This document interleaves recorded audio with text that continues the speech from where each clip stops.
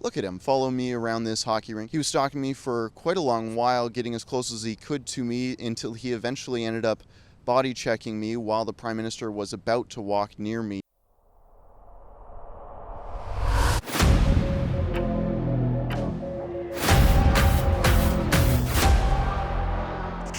Charges may be one step closer to being formally laid against a senior PMO official and the former head of the Parliamentary Press Gallery.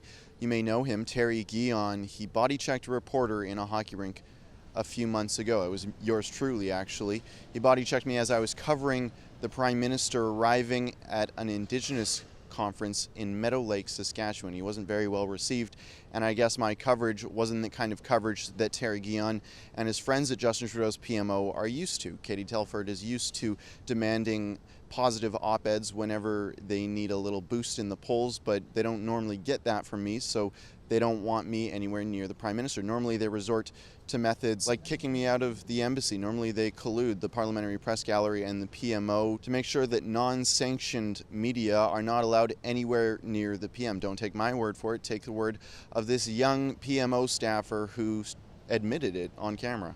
The Prime Minister's office has agreed with the Canadian Press Gallery that your organization's views are not welcome. So that's all I have. They'll get you to leave, but I just wanted to come. So the Prime Minister's office determines who can and cannot cover Canadian politics in the United States? It's a Canadian embassy event, and you are also not an accredited journalist in the Canadian Press Gallery at a Canadian media event, and that's why. So that's spectacularly disappointing. So they will let and you, pathetic. They will escort you out. I don't appreciate that tone, as I'm being respectful with you. So you're not being respectful. If you're being respectful, you'd let me cover my Prime Minister.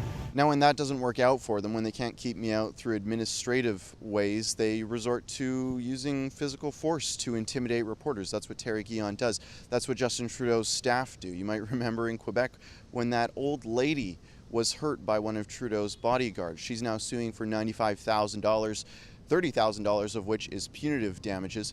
Terry Guillon is Justin Trudeau's enforcer. Look at him on the front lines of this protest at Labor Day when Justin Trudeau was embarrassed. Here he is standing with the protesters, acting like he's straight out of The Sopranos. The RCMP wrapped up their extensive investigation and have now forwarded the file to Crown prosecutors, who will make the ultimate decision on whether or not to move forward with this case. Now, given that David Lametti is Canada's Attorney General and flexes such muscle over prosecutions happening in Canada, I have my doubts that this will be followed through on. If Jody Wilson-Raybould was still our Attorney General, I might have some faith that some integrity would be exercised, although as it stands, I have my doubts. This would be electorally devastating for Justin Trudeau if one of his senior staff members, someone who is tasked with liaising with media, ended up with a charge of battery or assault against the very people he's supposed to liaise with.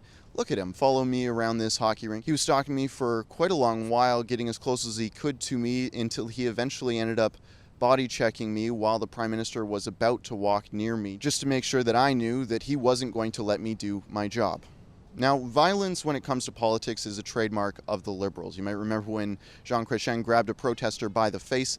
You might remember when Justin Trudeau's father, Pierre Elliott Trudeau, sicked his bodyguards on a Globe and Mail reporter in 1983 outside of the House of Commons when he asked unapproved questions. Well, now we're asking the unapproved questions, and Justin Trudeau is going to do whatever he can, either administratively speaking or physically speaking, to make sure that the rebel, me in particular, can't cover him in the lead up to this election, and especially once the writ has been dropped. For the Rebel.media, I'm Keean Bexte.